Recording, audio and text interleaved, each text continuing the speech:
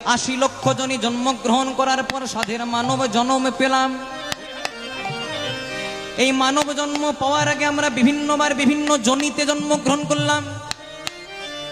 কতবার জন্মগ্রহণ করলাম আমরা জলজ প্রাণীতে। খুব মন দিয়ে শুনবেন মায়েরা, সাপ হলাম, ব্যাঙ হলাম, কুমির হলাম, মাছ হলাম। মুক্তি পেলাম কখন? আমাদের সকলের বাড়িতে আছে, আমরা সন্ধেবেলায় বাজাই কি নাম? শঙ্খ বা শাঁখ।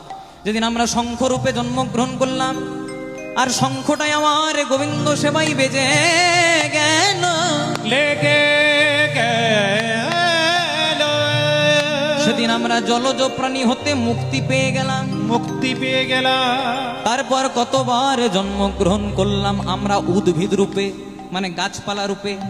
আম গাছ হলাম, জাম গাছ হলাম, কাঁঠাল গাছ হলাম, পেয়ারা গাছ হলাম। মুক্তি পেলাম কখন? যেদিন আমরা বৃন্দাবনের তুলসী বৃক্ষ রূপে জন্মগ্রহণ করলাম।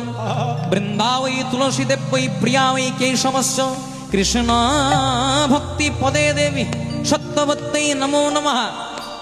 তাহলে যেদিন আমরা তুলসী বৃক্ষ রূপে জন্মগ্রহণ করলাম, আর তুলসী পাতা নেই আমার গোবিন্দ সেবায় নিয়োজিত হয়ে গেল, সেদিন আমরা উদ্ভিদ জন্ম হতে মুক্তি পেয়ে গেলাম।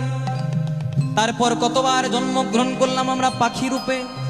অনেক পাখি হলাম মা, টিয়া পাখি, কাকাতুয়া, ময়না, চড়ুই, অনেক পাখি হলাম। কিন্তু মুক্তি পেলাম কখন? ন্যাশনাল বার্ড, জাতীয় পাখি কি নাম? ময়ূর। যদি ক্যালেন্ডারে শ্রীকৃষ্ণের ছবি দেখেন বা মন্দিরের ভেতরে যদি শ্রীকৃষ্ণের বিগ্রহ দেখেন, দেখবেন ভগবানের মাথাতে ময়ূরের পাখা। তাহলে যেদিন আমরা ময়ূর রূপে জন্মগ্রহণ করলাম, আর ময়ূরের পাখাটাই আমার গোবিন্দ সেবাই লেগে গেল, লেগে গেল।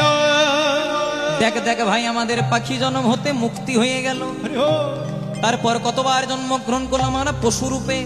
বাঘ হলাম, সিংহ হলাম, কুকুর হলাম, বেড়াল হলাম। মুক্তি পেলাম কখন? জয় রাধে। যেদিন আমরা গাভী রূপে বা গরু রূপে জন্মগ্রহণ করলাম। যদি ধরতে যান, মানুষ জন্মের চেয়েও পবিত্র জন্ম গাভী জন্ম। যদি বলেন কি করে?